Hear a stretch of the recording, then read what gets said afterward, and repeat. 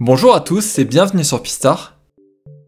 Un ensemble X est qualifié de dénombrable s'il existe une bijection entre celui-ci et l'ensemble des entiers naturels.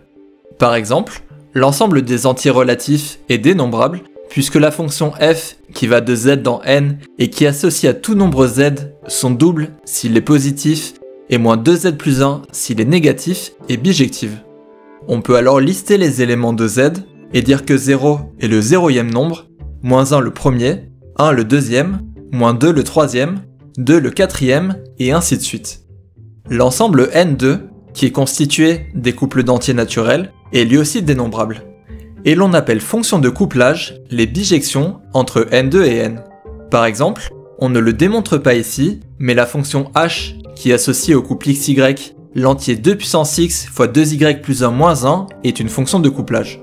Autre exemple, que l'on doit à Cantor et qui va être au cœur de cette vidéo, la fonction f qui associe au couple xy l'entier y plus y fois x plus y plus 1 sur 2 est elle aussi une fonction de couplage.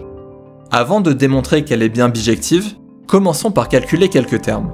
F de 0, 0 est égal à 0, f de 1, 0 est égal à 1, f de 0, 1 est égal à 2, f de 1, 1 est égal à 4, f de 2, 0 est égal à 3, f de 2, 1 est égal à 7, f de 2, 2 est égal à 12, f de 0, 2 est égal à 5, et f de 3, 0 est égal à 6.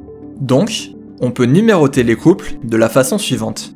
0, 0 est le zéroième couple, 1, 0 le premier, 0, 1 le deuxième, 2, 0 le troisième, et ainsi de suite. Et on remarque alors que pour numéroter les couples de N2, on va se déplacer en diagonale supérieure gauche sur les droites où la somme x plus y est constante, et une fois arrivé sur l'axe des ordonnées, on poursuit la numérotation en bas de la droite suivante. Le déplacement en diagonale supérieure gauche se justifie par le fait que lorsque x est différent de 0, f de xy plus 1, qui est donc l'entier qui suit f de xy, est égal à f de x moins 1, y plus 1. Et lorsque l'on arrive sur l'axe des ordonnées, c'est-à-dire où x est nul, alors f de 0, y plus 1 est égal à f de y plus 1, 0. Démontrons maintenant que f est bien bijective. Pour cela, on va introduire les nombres triangulaires Tn qui sont définis comme somme des entiers de 1 à n. Tn est donc égal à n fois n plus 1 sur 2, ou encore à 2 parmi n plus 1. Et on a T1 est égal à 1, T2 à 3, T3 à 6, T4 à 10, et ainsi de suite. Le terme triangulaire vient du fait qu'il s'agit du nombre de boules qu'il faudrait empiler pour une base donnée afin d'obtenir un triangle équilatéral. Et si l'on s'intéresse à la suite des nombres triangulaires, nous remarquons qu'elle est à valeur dans n étoiles et qu'elle est strictement croissante puisque la différence entre Tn plus 1 et Tn est égale à n plus 1. Donc, aussi, puisque T1 est égal à 1, on peut encadrer n'importe quel entier strictement positif A par deux nombres triangulaires consécutifs, et l'on notera P, l'unique entier, tel que A soit compris entre Tp et Tp plus 1. Et on pourra aussi écrire A comme somme de Tp et d'un entier R compris entre 0 et P plus 1. Pour trouver la valeur de P, il nous faut donc résoudre l'inéquation A est plus grand que P fois P plus 1 sur 2 et strictement plus petit que P plus 1 fois P plus 2 sur 2. Et une façon élégante de la simplifier est de la multiplier par 8 et de lui ajouter 1, puisqu'on peut reconstituer un 2p plus 1 au carré et un 2p plus 3 au carré. Donc racine de 8a plus 1 est compris entre 2p plus 1 et 2p plus 3, soit moins 1 plus racine de 8a plus 1 sur 2 est compris entre p et p plus 1, et en prenant la partie entière, on trouve finalement que p est égal à la partie entière de moins 1 plus racine de 8a plus 1 sur 2.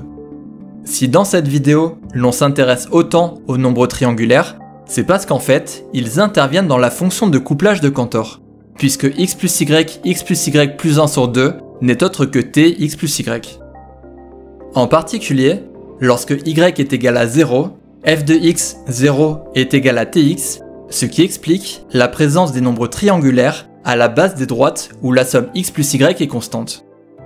Donc, puisque chaque entier peut s'exprimer de façon unique comme somme d'un nombre triangulaire et d'un entier R, chaque entier peut en fait s'exprimer comme image unique d'un couple xy par la fonction f, avec x plus y est égal à p et y est égal à r. Et donc f est bien bijective. Si l'on cherche maintenant la fonction réciproque de f, il nous faut écrire xy en fonction de a. Et on va exploiter les deux équations que l'on vient d'obtenir, à savoir que x plus y est égal à p et que a est égal à y plus tp, avec tp est égal à p fois p plus 1 sur 2. Donc y est égal à a moins p fois p plus 1 sur 2, et x à p fois p plus 3 sur 2 moins a. Et donc f moins 1 est la fonction qui associe à a p fois p plus 3 sur 2 moins a, et a moins p fois p plus 1 sur 2, avec p, la partie entière de moins 1 plus racine de 8a plus 1 sur 2. Donc par exemple, si l'on cherche quel est le 17e couple dans notre numérotation de n2, on commence par calculer p qui vaut 5, et donc f-1 de 17 est égal à 5 fois 5 plus 3 sur 2 moins 17, qui vaut 3, et 17 moins 5 fois 5 plus 1 sur 2, qui vaut 2. Donc le 17e couple est 3, 2.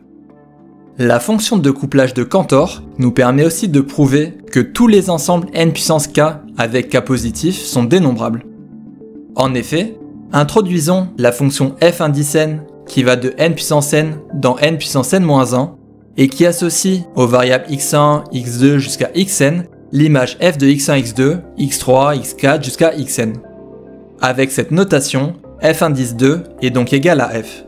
Et puisque f est bijective, f indice n l'est aussi, et donc n puissance n et n puissance n-1 ont même cardinal.